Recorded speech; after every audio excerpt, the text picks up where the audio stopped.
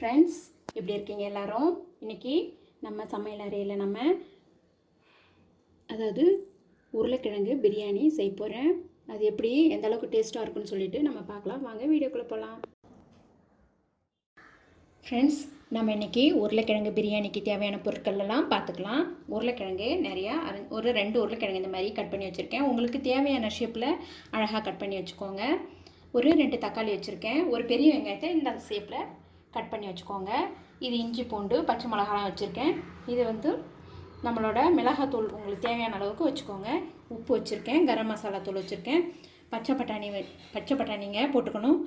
இது தேவையான தாளிக்கிறதுக்கு பிரிஞ்சி இலை 2, அன்னாச்சி பூவு, அதுக்கடுத்தது பட்டை லவங்கம் எல்லாம் வச்சுருக்கேங்க. பிரியாணிக்கு தேவையான பொருட்கள்லாம் நம்ம எடுத்துக்கலாம். இப்போ அடுப்பை பற்ற வச்சுக்கலாங்க. பன்னீர் போட்டுடலாம்.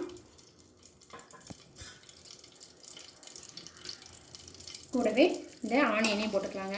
ஆனியனை நல்லா வதக்கலாம்.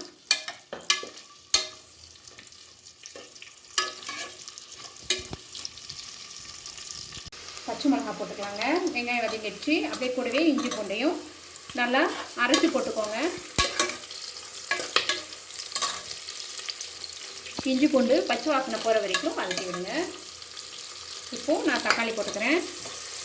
தக்காளி நல்லா வதங்கி வரணுங்க. நல்லா ஒரு 5 நிமிஷத்துக்கு நல்லா கிண்டி விடுங்க. வதங்கி வந்துடும். இந்த சமயத்தில் தக்காளியும் எல்லாம் வதங்கிறதுக்கு கொஞ்சமாக உப்பு போட்டுக்கோங்க. ஒரு அரை ஸ்பூன் போட்டுக்கோங்க.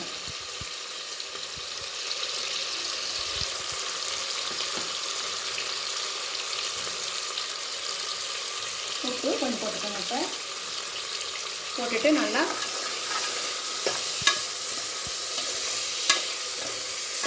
கிண்டி விட்டுட்டே இருங்க. தக்காளியும் வெங்காயமும் நல்லா வதங்கி வரணும்.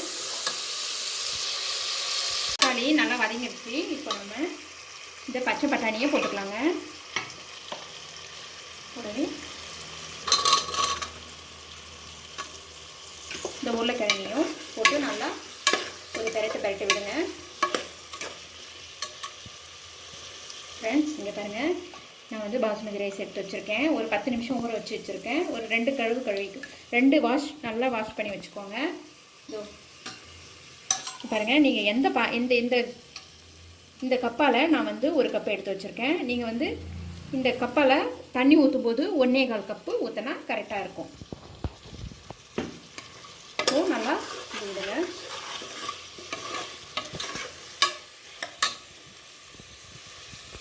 நல்லா வந்துடுச்சு. இப்போ நான் இந்த பிரியாணிக்கு கரெக்டாக ஒரு 1.5 ஸ்பூன் மிளகாய் பொடி போட்டால் கரெக்டாக இருக்கும். போட்டுக்கலாம். 1.5 ஸ்பூனு கரம் மசாலா தூள் போட்டுருக்கேன். உப்பு கொஞ்சம் போட்டுக்கலாங்க, டேஸ்ட்டுக்கு நல்லா தகுந்த மாதிரி. இந்த பச்சை வாசனை போகிற வரைக்கும் நல்லா வதக்கி விடுங்க. பச்சை வாசனை போயிடுச்சு. இப்போ நம்ம ஒரு 3 ஸ்பூன் தயிர் வச்சுருக்கேன். அதை ஊற்றிக்கோங்க. நல்லா கெட்டி தயிர் ஊற்றிக்கோங்க.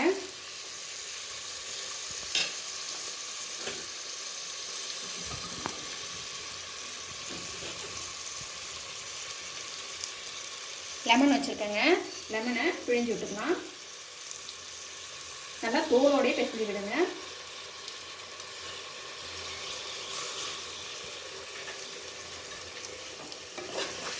இப்போ நல்லா விட்டுக்கோங்க.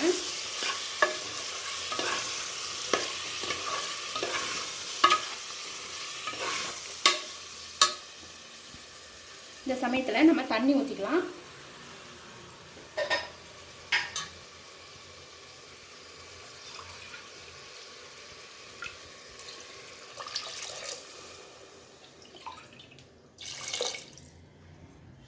தண்ணி ஊற்றிட்டு நல்லா கொதிக்கட்டும்.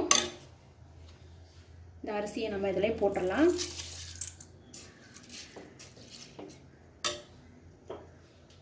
நம்ம இந்த சமயத்தில் நல்லா கொத்தமல்லியும் புதினாவையும் கட் பண்ணி வச்சுருக்கேங்க. அதை நம்ம போட்டுக்கலாம்.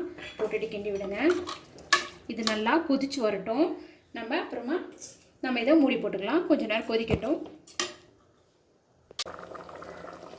பாருங்கள், நல்லா கொதிச்சுக்கிட்டு இருக்குது. நம்ம இப்போ மூடி போட்டுடலாங்க. மூடி போட்டு வச்சுருங்க ஃப்ரெண்ட்ஸ். மூடி போட்டு ஒரு 3 விசில் வந்தோடனே எடுத்துடலாம். ஃப்ரெண்ட்ஸ் பாருங்கள், 3 விசில் வந்துருச்சு. நல்லா பிரியாணி ரெடியாகி வந்துருச்சு.